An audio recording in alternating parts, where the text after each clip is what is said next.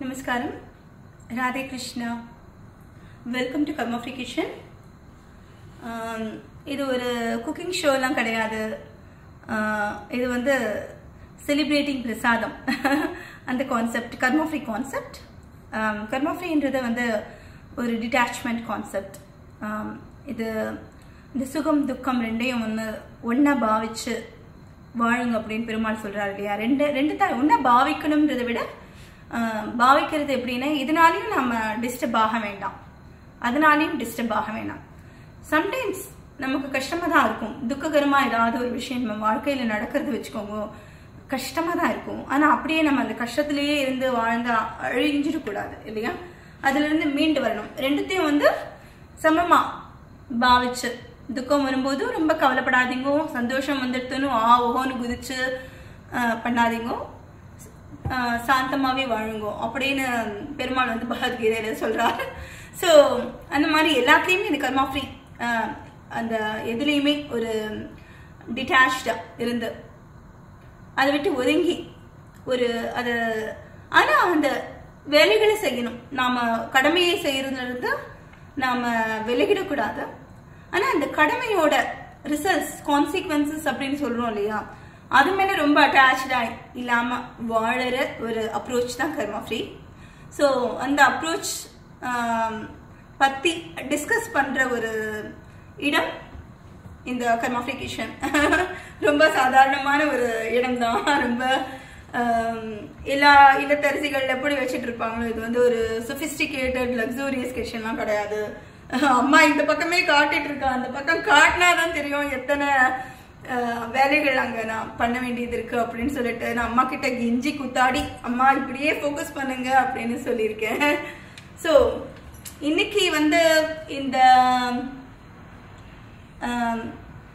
கர்மா free கிச்சனில் எந்த விஷயத்தை பற்றி பகிர்ந்துக்கணும் அப்படின்னு நான் ஆசைப்படுறேன்னா, நான் புதுசாக சில கம்போசிஷன்ஸ்லாம் எழுதியிருக்கேன், நிறைய கம்போசிஷன்ஸ்.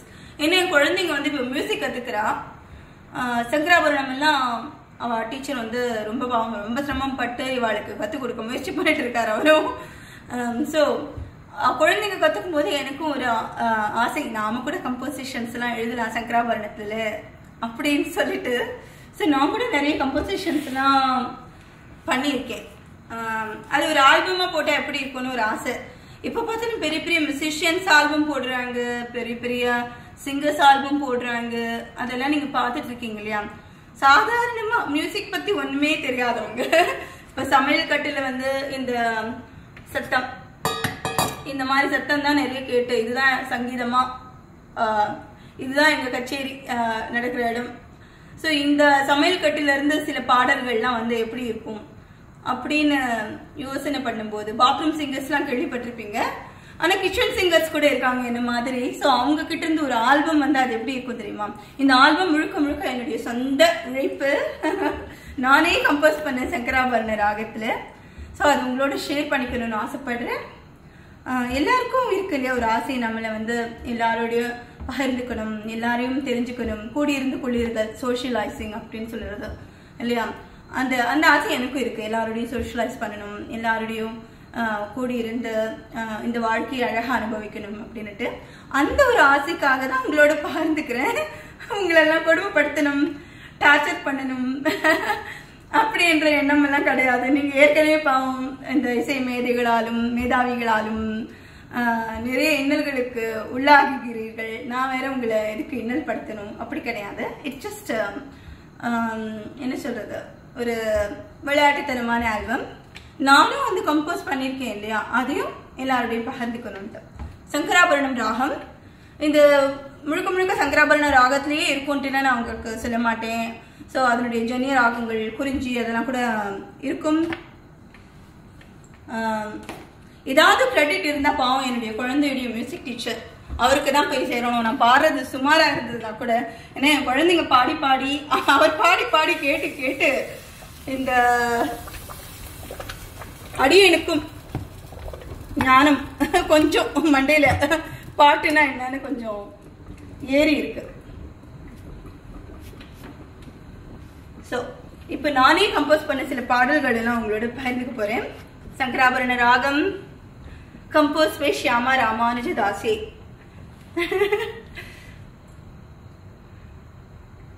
சங்கராபரனுடைய ஆரோகணம் அவரோகணம் ஃபர்ஸ்ட் சொல்லிடுறேன். சரியா இருந்தா டீச்சரை பாராட்டுங்க. சரி கம பதனி சா சானி த பா மகரி சா.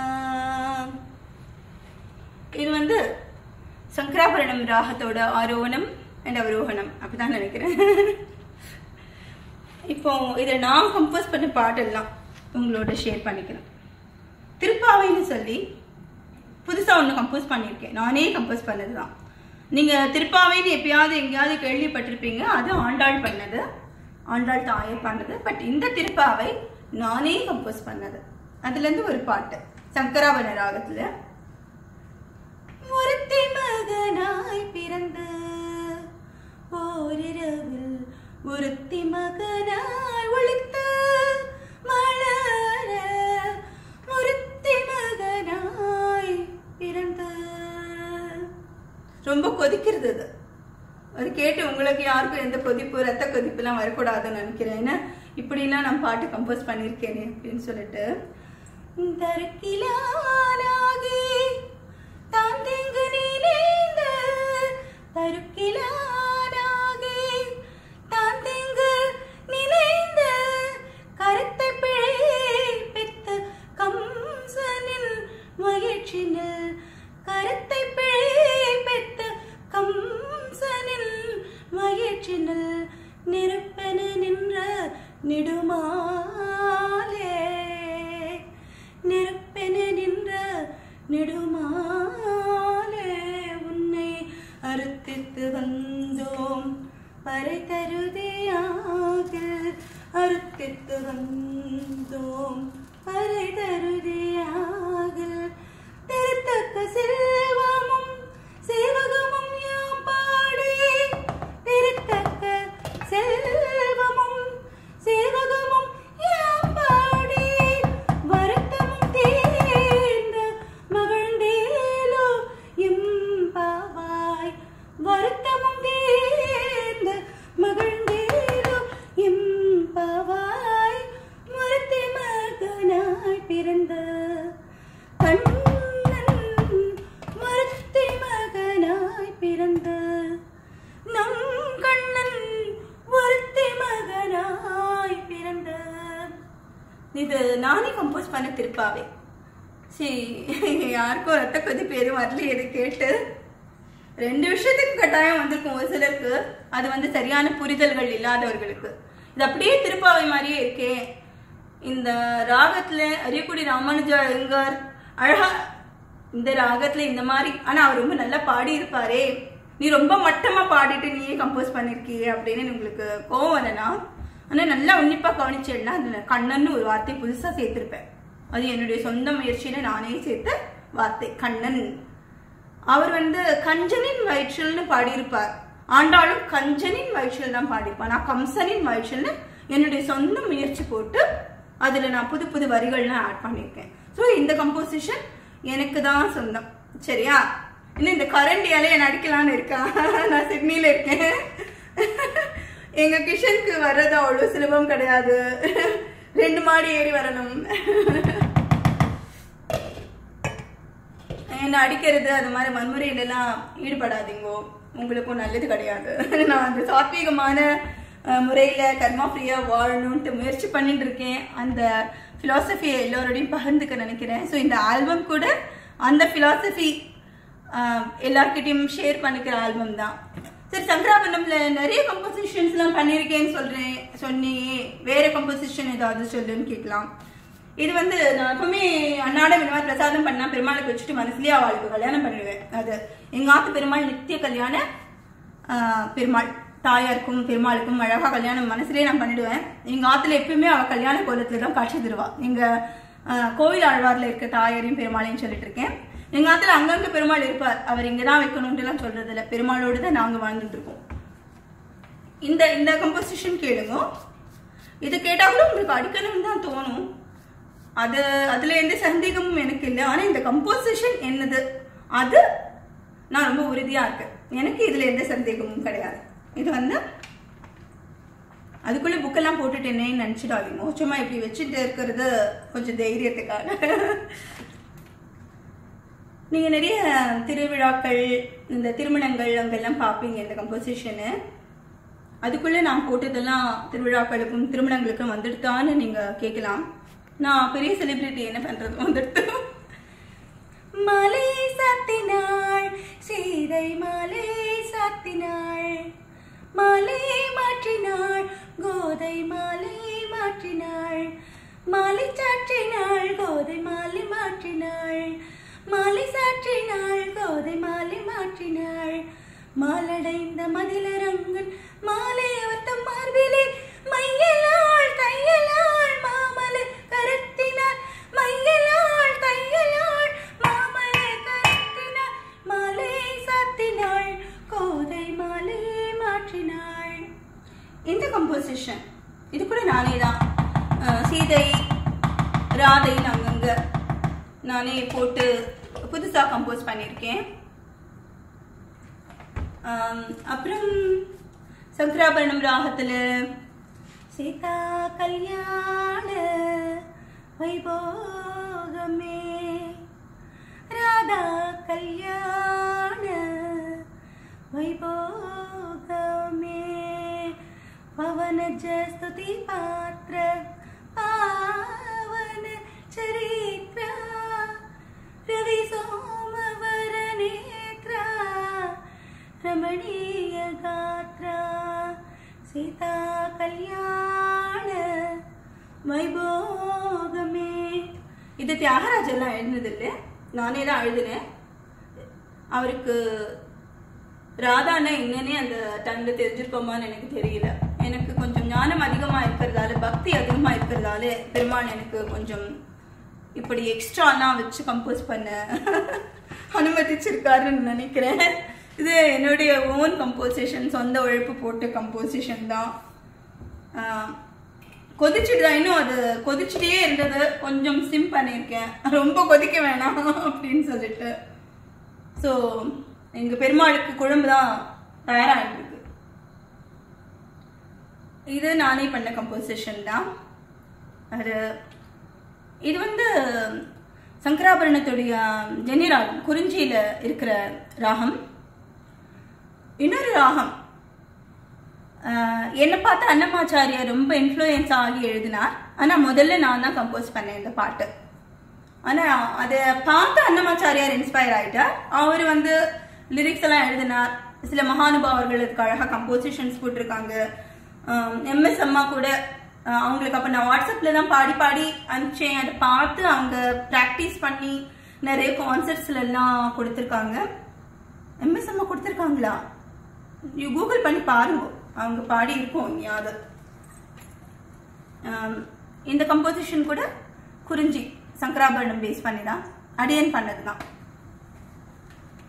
முதுகாடி யசோதா ಮುಂಗಿಟ ಮುತ್ಯಮು ವಿಡು ನಿದ್ದರಾನಿ ಮಹಿಮಾಲ ದೇವಕಿ ಸುದೂಡು ಮುದುಗಾಡಿ ಯಶೋದ ಮುಂಗಿಟ ಮುತ್ಯಮು ವಿಡು ನಿದ್ದರಾನಿ ಮಹಿಮಾಲ ದೇವಕಿ ಸುದೂಡು. இது பேபி கிருஷ்ணா மேல கோபிகைகள்லாம் பாடுற பாட்டு நானே கம்போஸ் பண்ணேன். குறிஞ்சி ராகத்துல தான். அந்த சங்கராபரணம் தெரியாம சொல்லி கொடுத்துட்டார் மியூசிக் டீச்சர். நானும் ரொம்ப உணர்ச்சி வசப்பட்டு இப்படி எல்லாம் கம்போஸ் பண்ணிட்டேன். இதை கேட்டா அவங்களுக்கு ரொம்ப உணர்ச்சி வசப்பட்டு என் மேல கோவம் எல்லாம் வரும்னு நினைக்கிறேன்.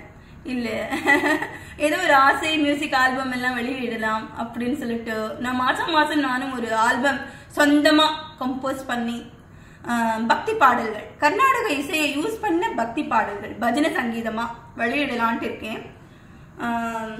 நீங்களும் உங்களுடைய ஆதரவெல்லாம் எனக்கு தெரிவிக்கணும். இல்லைன்னா என்னை போன்ற சாதாரண இல்லத்தரசிகள் சங்கீதத்துக்குள்ள எப்படி வருவோம்னு சொல்லுங்க. அதனால தயவு செஞ்சு உங்க ஆதரவெல்லாம் தெரிவிங்க. அப்புறம் சில உண்மைகள், இப்ப இந்த உண்மைகள் சொல்ற நேரம். நான் இவ்வளவு நாள் சொன்னதெல்லாம் போய் இதெல்லாம் வந்து எதுவும் நான் கம்போஸ் பண்ணது கிடையாது. பெரிய பெரிய மகான்கள் அவளுடைய உழைப்பும் பக்தியும் பெருமாளுக்கு பூஜையா மாலையா தொடுத்து போட்டா. ஆண்டாள் வந்து திருப்பாவை வந்து பெருமாளுக்கு மாலையா சாத்தி சுடி கொடுத்த சுடற்கொடி இல்லையா, மாலையா கீர்த்தனங்கள்லாம் எழுதி பெருமாளுக்கு சாத்தினான். தியாகராஜரும் அப்படிதான். அவர் வந்து டெய்லி சீதா கல்யாண வைபோகமே மாதிரி நிறைய பாடல்கள் ராமர் மேல பாடினா ராமரும் சீதையை வந்து அப்படியே உட்காந்து கல்யாணம் பண்ணிப்பான் அவன் முன்னே. ஸோ இப்படி பக்தர்கள் சொந்தமா கம்போஸ் பண்ண பாடல்கள். ராகங்கள் இப்போ இந்த புக்கில் பார்த்தீங்கன்னா நிறைய ராகங்கள் இருக்கு. 74 மேலகர்த்தா ராகம், 72 பாருங்க, எனக்கு கணக்கு கூட தெரியல. 72 மேலகர்த்தா ராகங்கள், அதனுடைய ஜன்ய ராகங்கள் அப்படின்னு சொல்லிட்டு இசை வந்து ஒரு பெரிய வெள்ளம் தான். அது வந்து நாம ஒரு சின்ன வட்டத்துக்குள்ளெல்லாம் அடைக்க முடியாது. இவ தான் யூஸ் பண்ணணும், அவ யூஸ் பண்ணக்கூடாது அப்படின்னு எல்லாம் சொல்ல முடியாது இல்லையா. நம்ம எல்லாருமே எல்லா நாட்டு சமையல்களையும் சமைக்கிறோம். எங்கள் ஆத்த கிச்சனில் நான் இட்டாலியன் பாஸ்டா பண்ணுவேன், ஃப்ரெஞ்ச் சூப் பண்ணுவேன், பிரிட்டிஷ் கேக் பண்ணுவேன், எல்லாமே நடக்கிறது இல்லையா. ஆனால் அது அதுக்கு அவளுக்கு அந்த ரெக்கக்னிஷன் கொடுத்துட்றோம் நாம். அதுபோல தான் இந்த கம்போசிஷன்ஸ் எல்லாம் பெரிய பெரிய பாகவதாள் அவளுடைய சொந்த உழைப்பு. இது நம்ம பிடிச்சிருக்குன்னு அதை ஆராதிக்கலாம். பாருங்க, இன்னமும் தியாகராஜரை ஆராதனை பண்ணி அவர் எழுதிய கம்போசிஷன்ஸ் எல்லாம் போய் திருவிழாவாக கொண்டாடுறாங்க திருவையாறுல இல்லையா. எந்த ஒரு வித்வானும் இப்போ இருக்கிற வித்வான்கள் சரி, இதுக்கு முன்னாடி இருந்த வித்வானங்களும் சரி, அதை என்னுடைய சொந்தம் கொண்டாடினதில்லை, அதை மாற்றி திருச்செல்லாம் பேசினதில்லை. ஸோ இப்போ ரசிகர்களுக்கு எதுக்கு கோபம் வருதுன்னா, வேறு மதத்தை சார்ந்தவர்கள் அவ இந்த கர்நாடக சங்கீதத்தை உபயோகப்படுத்தக்கூடாது அப்படின்னு கேட்டால் அது கிடையாது பிரச்சனை, கட்டாயம் உபயோகப்படுத்தலாம். நான் சொன்னது மாதிரி நாம எல்லா சமையல்களும் நம்ம மாத்து கிச்சன்ல வந்து சமைக்கிறோம் இல்லையா. ஆனா நம்ம வெஜிடேரியனா அதை கன்வெர்ட் பண்ணி குக் பண்ணிக்கிறோம், அவ்வளவுதான் இல்லையா. அது போலதான் மற்ற மதத்தை சார்ந்தவர்கள் கர்நாடக சங்கீதத்தை உபயோகப்படுத்திக்கலாம். ஆனா அவளுடைய திறமையை போட்டு சொந்தமா கம்போஸ் பண்ணிக்கணும். மாயா மாளவ கவலைன்ற ஒரு ராகத்துல ஆயிரக்கணக்கான கம்போசிஷன் எழுதினேன். இப்ப நான் சொன்ன மாதிரி சங்கராபரணம்ல நான் பாடினது சங்கராபரணம் அப்படின்னு நீங்க ஏத்துக்கணும்ட்டு நான் சொல்லல. நான் சொன்ன மாதிரி இசையில நான் ஒரு பெரிய ஜீரோ தான். இசை பிடிக்கும் என்ற ஒரு தகுதி தவிர வேற ஒன்றும் இல்லை. இசை என்ற பேரை நான் கர்நாடக சங்கீதம் சொல்றது கூட அருகதை அற்ற ஒரு சாதாரண மனுஷி தான். அந்த பெரிய பெரிய வித்வான்கள் அவளை வச்சு இப்படி நான் விளையாட்டா பேசுற தகுதி கூட எனக்கு இல்லை. ஸோ எல்லாரும் என்னை மன்னிக்கணும், அவளும் மன்னிப்பான்ற ஒரு நம்பிக்கையோட சொல்றேன். இது அவளை ஏளனப்படுத்துற பதிவு இல்லை, அவளுக்கு மரியாதை கொடுக்கணும்ன்ற பதிவு. கிறிஸ்தவ சகோதரர்களுக்கு நீங்க தெரியாம பண்ணிருக்கலாம், இல்லைன்னா புரியாமலும் பண்ணிருக்கலாம் இல்லையா. தயவு செஞ்சு இதுக்கு முன்னாடி எழுதின அந்த கம்போசிஷன், உதாரணத்துக்கு என்ன தவம் செய்தனே அப்படின்னா எங்களுக்கு பெருமாள் தான் ஞாபகத்துல வருவார், யசோதை கண்ணன் தான் ஞாபகத்துல வருவார். மாடுமேக்கும் கண்ணே நீ போக வேணாம் சொன்ன, அதுன்னா எங்களுக்கு அது பெருமாளும் யசோதையும் கான்வர்சேஷன் பண்ணிக்கிற பாட்டுன்னா எங்களுக்கு தோணும். இப்போ நின்னு கோரி மோகன ராகம் அப்படின்னு சொன்னாலே அது பெருமாளுடைய பாட்டு தான். அதுலெல்லாம் வந்து நீங்க ஜீசஸ்னு பேர் சேர்த்து எழுதி பாடுறது அடியே பார்த்துருக்கேன். இதுக்கெல்லாம் எவிடன்ஸ் யூடியூப்ல இருக்கு. இது என்னன்னா நிறைய பேர் வந்து இப்போ புதுசா இருக்கிற பிரச்சனைன்னு நினைக்கிறா. இல்லை, இது நித்யஸ்ரீ சுவாமி மேல இருக்க கோபம் கிடையாது, ஓஎஸ் அருண் சுவாமி மேல இருக்க கோபம் கிடையாது. அவெல்லாம் எவ்வளோ பெரிய வித்வான்கள், அவெல்லாம் நல்லா இருக்கணும். அவன் எவ்வளோ அழகா பாடெல்லாம் பாடி எத்தனை பேர் சந்தோஷப்படுத்திருக்கா. ஏதோ ஒரு சின்ன விஷயத்துக்கு அவளெல்லாம் நம்ம தாக்கி பேசுறது கூட தப்புன்னு நினைக்கிறேன் நான். அவளுக்கு எல்லாருடைய சார்பிலையும் மன்னிப்பு கேட்டுக்கிறேன். இது அவ மேல இருக்க கோபம் கிடையாது. ஆனா நிறைய பேர் நம்ம இசையை வந்து கர்நாடக சங்கீதத்தை வந்து தவறுதலா பயன்படுத்துறா இல்லையா. இந்த கம்போசிஷனை திருடிக்கிறா. அந்த திருட்டுக்கு உடந்தையா அவ பண்றதெல்லாம் தப்பே இல்லைன்ற மாதிரி. டிஎம் கிருஷ்ணா அண்ணா, உங்களை நான் குறிப்பிட்டே சொல்ல விரும்புறேன். நீங்க வந்து இந்துக்கள் பண்ற தப்பெல்லாம் வந்து ரொம்ப அழகா பேசுறீங்க, ரொம்ப சோஷியல் ரீஃபார்மர் என்ற அக்கறையோடு பேசிட்டு இருக்கீங்க. ஆனா மற்ற சமுதாயத்துல இருக்க எதை பத்தி ஒரு சோஷியல் ரீஃபார்ம் சொசைட்டி அப்படின்னாலே எல்லா கம்யூனிட்டியும் சேர்ந்தது. அதுல வந்து பிராமின்ஸ் கூட ஒரு கம்யூனிட்டி மெம்பர்ஸ் தான். நீங்க ஒரு கம்யூனிட்டியை மாத்திரம் அவ பண்றதே தப்பு தப்புன்னு சொல்ற நீங்க மற்ற கம்யூனிட்டி எதை பண்ணாலும் வாயை திறக்கிறது இல்லை. அது வந்து எப்படி இருக்குன்னா, கலைஞர் வந்து கடவுளே இல்லைன்னு சொல்வார்னா ரம்ஜானுக்கு போய் நோம்பு கஞ்சி குடிப்பார், மசூதியில போய் அவ கொடுக்குற வாயினை குடிச்சிட்டு வருவார் அப்படின்லாம் கேலி பண்ணுவா பாருங்க. அந்த மாதிரி இருக்கு. தயவு செஞ்சு அந்த மாதிரி மாறிடாதீங்க. உங்களை பார்த்து நாங்கெல்லாம் நிறைய கத்துக்கிறோம். அதனால ஒரு சோஷியல் ரீஃபார்மர் இல்லைன்னா ஒரு சோஷியல் ஒர்க்கருக்கு என்ன அழகுன்னா, இது நான் ஒரு சோஷியல் ஒர்க்கரா, குவாலிஃபைடு சோஷியல் ஒர்க்கரா சொல்றேன், 4 டிகிரி வாங்கியிருக்கேன் அதுல, அதனால சொல்றேன்.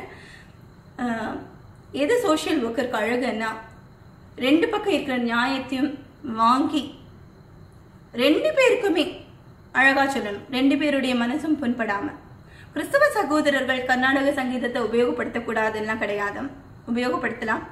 தயவு செஞ்சு இதை நீங்க சொல்லுங்க. உங்களுக்கு தெரியும் இல்ல மியூசிக் பத்தி நல்லா, எந்த கம்போசிஷன் எல்லாம் அவன் மாத்தி இருப்பான்னு உங்களுக்கு தெரியும் இல்ல, என்ன தவம் சைதனை அது உங்களுக்கு தெரியும் தானே, இன்னொருத்தருடைய கம்போசிஷன் அப்படின்னுட்டு நின்னு கோரி தெரியும் தானே உங்களுக்கு, அதுவும் வேற ஒரு மகானுடைய கம்போசிஷன் உங்களுக்கு தெரியும் இல்லையா.